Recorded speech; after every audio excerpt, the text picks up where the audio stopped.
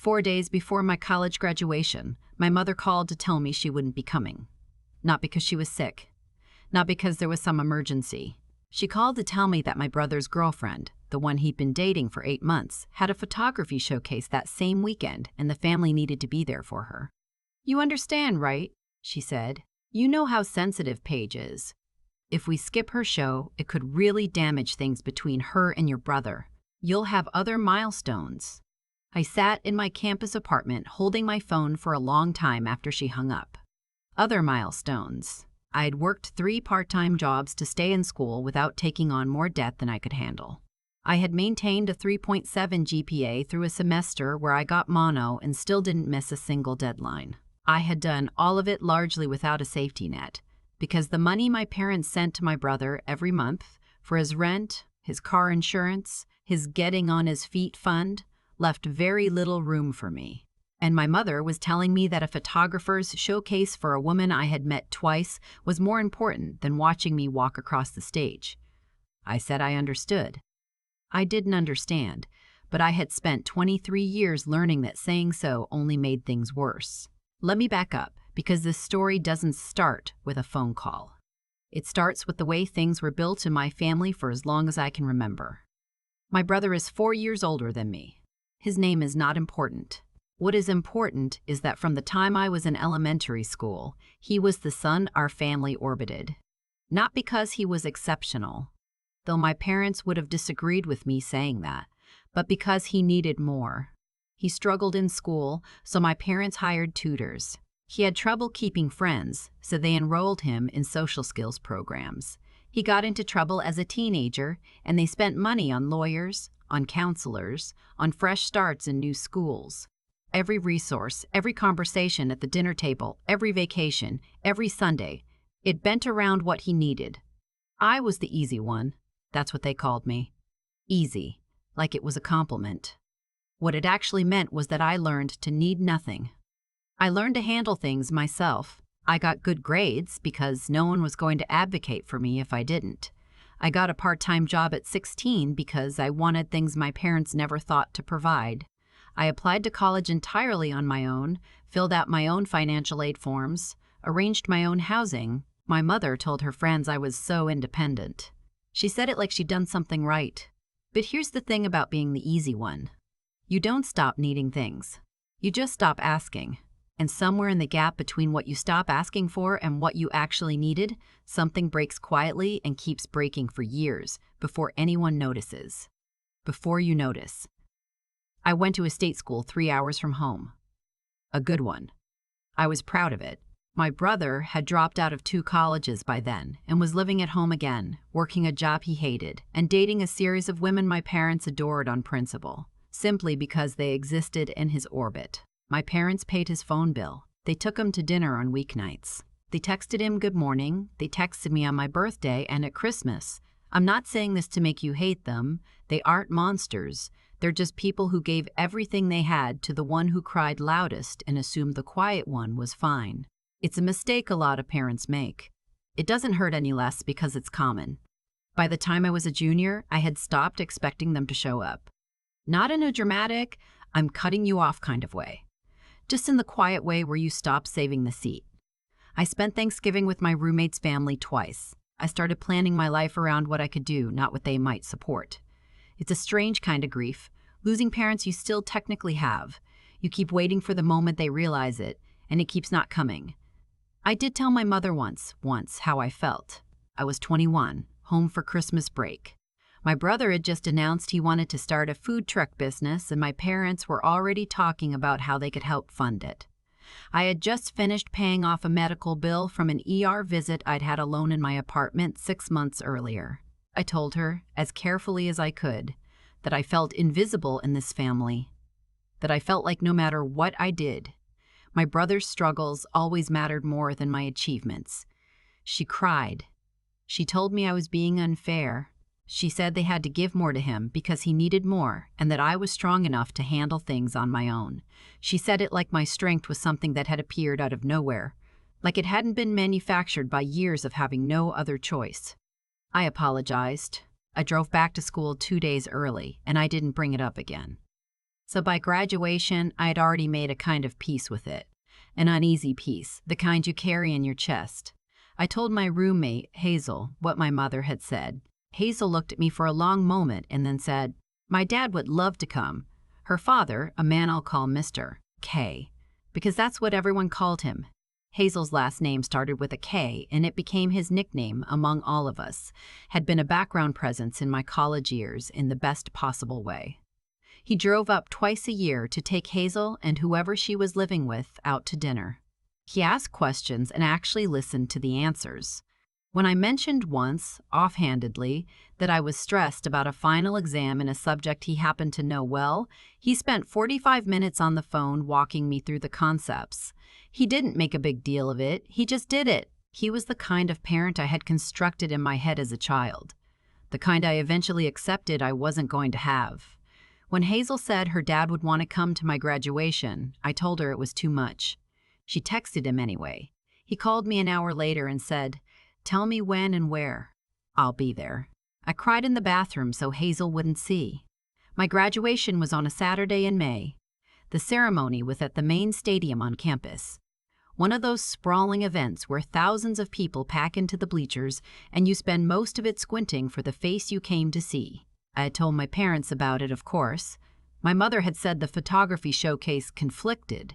My father, who rarely spoke independently of my mother on anything that required a decision, had echoed that they were sorry but they'd celebrate with me when I got home. I didn't go home for 3 months after that. Mr. K drove 4 hours round trip that Saturday. He brought Hazel and her younger sister and a bunch of sunflowers because Hazel had mentioned they were my favorite. When I came out after the ceremony in my cap and gown, still holding my diploma cover, the actual diploma comes in the mail, something I hadn't known until that morning. He shook my hand and then pulled me into a hug and said, "I am so proud of you." I didn't say anything for a second because I was trying very hard not to fall apart in the middle of a parking lot. "Thank you for being here," I finally said. "Of course," he said. Like it was obvious. Like it was the only possible answer. We went to lunch at a restaurant Hazel and I had always wanted to try, but never could afford. Mr. K insisted on paying. He asked me about my plans. I had a job lined up in project management at a small firm, starting in 6 weeks, and he listened to every detail. He told me about his own career, the early years when things were uncertain, what he wished he had known. He talked to me like I was a person with a future worth discussing. It was one of the best afternoons of my life. I want to be clear about that. Not in spite of the sadness underneath it, but somehow alongside it, the way good things sometimes feel even sharper when you've been going without them for a long time. My parents called that evening. My mother asked how the ceremony went. I said it was good. She said they were sorry they missed it and that we'd celebrate soon. I said okay. There was nothing else to say that wouldn't cost more than I was willing to spend. My brother called 2 days later, not to congratulate me. He never actually got around to that, but to tell me about a problem with the food truck he was now seriously pursuing. He needed help thinking through the business plan. I helped him. That's what I did. I was good at that kind of thing, and old habits are stubborn. The food truck launched 8 months later. My parents threw him a party. I started my job and found that I was, in fact, good at it. My manager noticed early on. Within a year, I had taken on more responsibility. Within 2 years, I had been promoted. I was 26 and building something real and doing it entirely on my terms, which felt like the only terms that had ever been available to me anyway. During this time, I kept a civil relationship with my family, holidays when I could manage them, phone calls that stayed surface level. My mother still told me I was so independent, so capable, so strong. My father still agreed with whatever she said. My brother still called occasionally with problems, and I still helped because I hadn't yet learned how to stop. The food truck had some success at first. My brother had a talent for knowing what people wanted to eat, and the truck did well at festivals and events through that first summer. My parents talked about it constantly. They told everyone. They went to every event, stood in line, posted photos. My father wore a t-shirt with the truck's logo on it. I had accomplished things by then that were, by any objective measure, at least as significant. A promotion, a salary I'd negotiated myself, a small apartment in a city I'd chosen. None of it generated a t-shirt. I want to tell you I was fine with this, but I wasn't. I had gotten very good at functioning while not being fine, which is different. The call that changed things didn't come from my family. It came from Hazel, who had moved to a different city, but who we still talked to every week.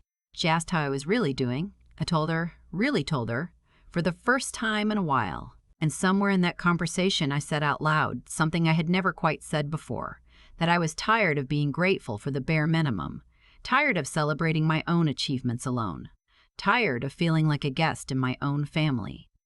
Hazel was quiet for a moment. Then she said, "Have you talked to my dad lately?" I hadn't. I emailed Mr. K the next day just to catch up, the way you do with people you should talk to more. He wrote back within an hour. We got on a video call that weekend. Somewhere in the middle of that conversation, he said something I have thought about many times since. He said, "You know, chosen family isn't a consolation prize. Sometimes it's just where you actually belong." I didn't respond to that right away, but I thought about it for a long time. Things with my brother came to a head about a year later. The food truck, which had seemed stable, had been running on increasingly thin margins. He had taken out a small business loan, with my parents co-signing, something I only found out later, and had also, it emerged, borrowed money from several friends and at least one girlfriend. The business collapsed over a long weekend when the truck broke down before a major event. The repair costs exceeded what he had available, and the loan payment was due simultaneously. My parents called me in a panic. They had co-signed the loan. Their credit was now at risk. They needed to know if I had savings. I had savings. I had been building them carefully for 3 years because I had grown up knowing that no one was going to catch me if I fell. I had an emergency fund and a small investment account and a plan. My mother asked if I could help cover the loan payment while they figured out what to do. Just temporarily. Just until they got sorted. I asked her a question I had never asked before. If I hadn't been able to handle things on my own my whole life, would you have found the money for me the way you found it for him? She said, of course. She said they would do anything for either of us. I said, "You didn't come to my graduation." There was a long pause. I told her I needed some time to think. I got off the phone, and I sat with it for 3 days. I talked to Hazel. I talked to a therapist I had been seeing, which was one of the best decisions I'd ever made. I thought about what I actually wanted, not just what was expected of me. On the 3rd day, I called my mother back. I told her I loved her, and I meant it. I told her I had spent a long time being the easy one, and that it had cost me more than she knew, and that I needed her to understand that before anything else. She was quiet for longer than I expected, and then she said something I hadn't anticipated. She said, "I think I've known that for a while. I just didn't know how to fix it." It wasn't an apology. Not exactly. But it was the first honest thing she'd said to me about it, and I was 30 years old, and I took what I could get. I told her I couldn't give them the money, not because I didn't have it, but because I had learned, slowly, painfully, that absorbing consequences for other people doesn't actually help them, and it was long past time they learned that too. I told her I would help them research options, debt restructuring, talking to the bank, a financial advisor. I would give them my time and my knowledge. I would not give them the fund I had built in case my own life fell apart. My mother said she understood. I don't know if she did, fully, but she didn't argue. My brother and I had a harder conversation a few weeks later. He was angry at first. I had expected that. But at some point in the middle of it, he said something that surprised me. He said, "Did you always feel like they liked me more?" I said yes. He was quiet. Then he said, "I think it made me worse. Having everything handed to me, I didn't learn the things you learned." I don't know what to do with that exactly. It doesn't undo anything, but it sits differently than I expected it to. My parents worked out a repayment plan with the bank. It stretched their budget and required some real adjustments, but they managed it. My brother got a regular job, the first one he kept for more than 6 months in years. Slowly, with some actual struggle, things in his life started to stabilize. It turns out consequences have a way of doing that. Last spring, Mr. K flew out to see Hazel, who had just had her first baby. I happened to be visiting that same week. It was planned that way, a small reunion. On the last evening, the 3 of us sat on Hazel's back porch after the baby had gone down. and Mr. Casual. Kay raised his glass and said, "To my daughters, both of them." I looked at Hazel and she was grinning at me in that way she has, like she'd known something for a long time and was glad I'd finally caught up. I didn't fall apart this time. I just smiled and raised my glass and felt, for the first time in a long time, like I was exactly where I was supposed to be. My family of origin is still in my life.